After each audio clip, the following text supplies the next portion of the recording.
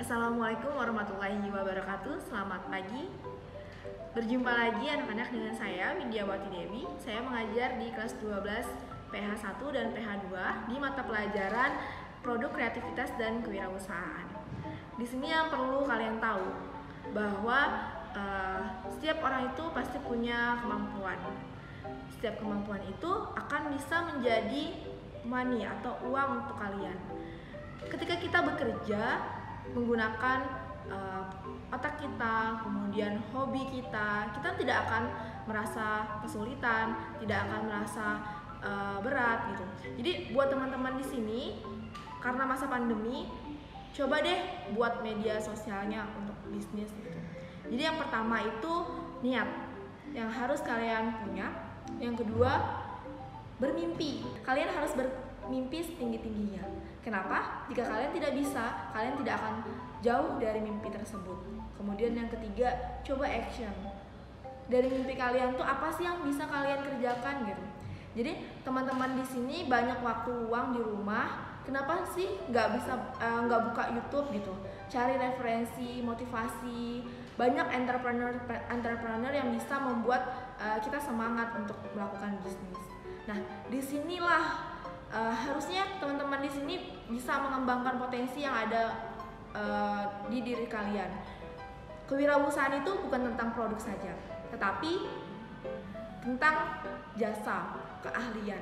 Teman-teman bisa apa sih sekarang? Misalkan nih, teman-teman suka menyanyi, coba deh latihan menyanyi, dibuat di album, di video, kemudian diposting di Instagram, di YouTube, dan lain sebagainya.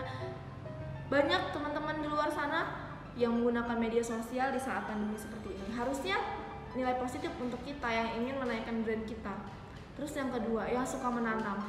Banyak waktu di rumah, kenapa nggak kita gunakan untuk menanam?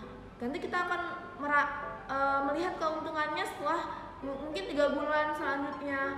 Nah, jadi jangan sampai kalian cuman ngerjakan tugas aja di rumah dan itu stop aja gitu. Kalian harus terus berinovasi di rumah. Mungkin ada yang bisa desain grafis, coba diolah desain grafisnya. Jangan sampai itu cuma untuk kalian ngerjain tugas aja, untuk organisasi aja. Tapi gimana sih kalau kalian bisa merangkul seandainya 1000 UMKM yang ada di Kalteng. Kalian bisa bikin media sosialnya dengan rapi dan kalian bisa menawarkan jasa yang kalian berikan. Kalian punya kamera, kenapa kamera cuma untuk hunting aja? Kenapa nggak kamera itu kalian gunakan untuk ambil video, mungkin syuting dan lain sebagainya. Itu mungkin paling rendah itu satu kali kalian dipakai itu 250.000 gitu.